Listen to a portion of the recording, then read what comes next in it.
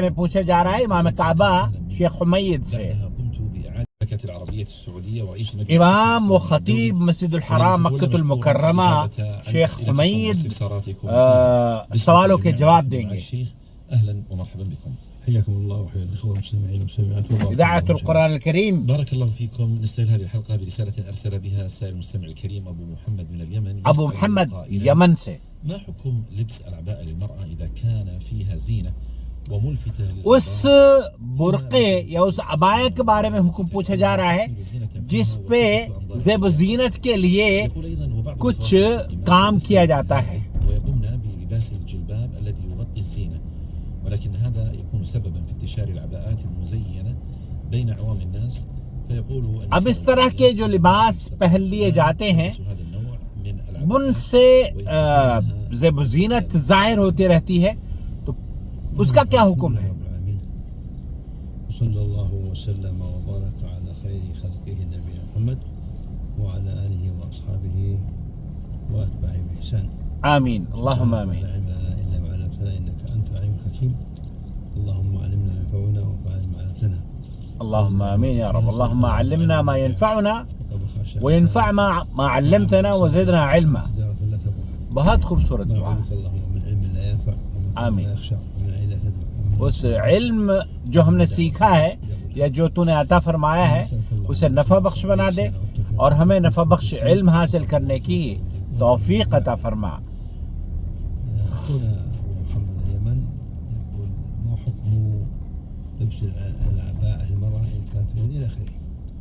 اگر اس پہ تطریز یا کام کاج ہوتا ہے نا، بہت سارے پھول بوٹی بنے ہوئے ہوتے ہیں،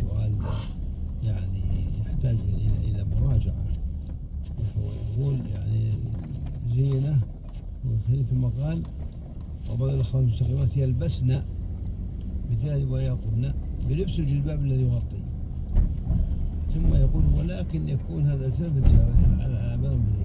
یہ جو سوال کیا گیا ہے اس کو وضاحت سے جاننے کی ضرورت ہے، کیونکہ سائل نے یہ پوچھا ہے کہ بعض مرتبہ اس لباس کے اوپر، اس عبایا کے اوپر بھی کچھ چیز ڈال لی جاتی ہے. یہاں جو اللہ رب العالمین نے منع فرمایا ہے وہ یہ کہ وہ اپنی زینت کو لوگوں کے سامنے پیش نہ کریں. اس سے یہ مراد نہیں ہے کہ وہ زیب و زینت اختیار نہ کریں.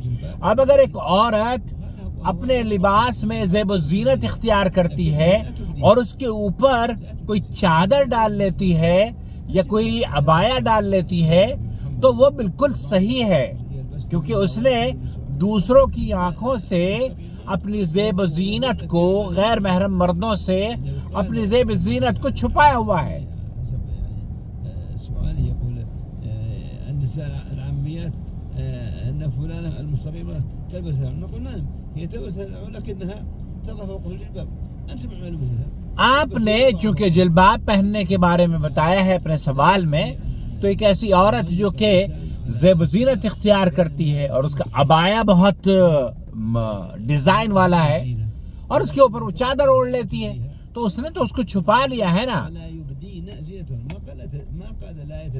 لا يتزین، اللہ رب العالمین نے یہ نہیں فرمایا کہ یہ زیب و زینت اختیار نہ کریں.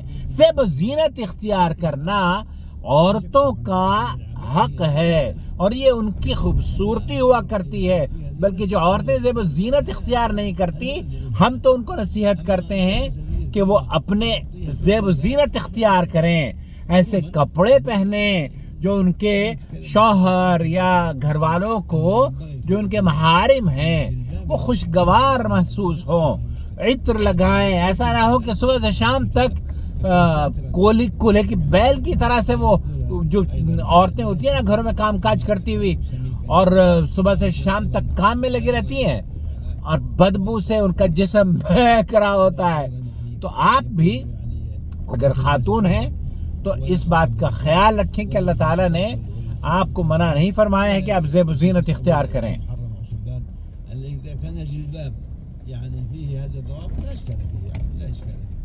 وأيضا يمكن أن نقول كلمة جامعة، وهو أن لا يكون لباسا ہم اگر اس کو اختصار سے کہیں تو ایک ایسا لباس جس لباس میں لوگوں کے لیے فتنہ نہ ہو وہ پہننا جائز ہے.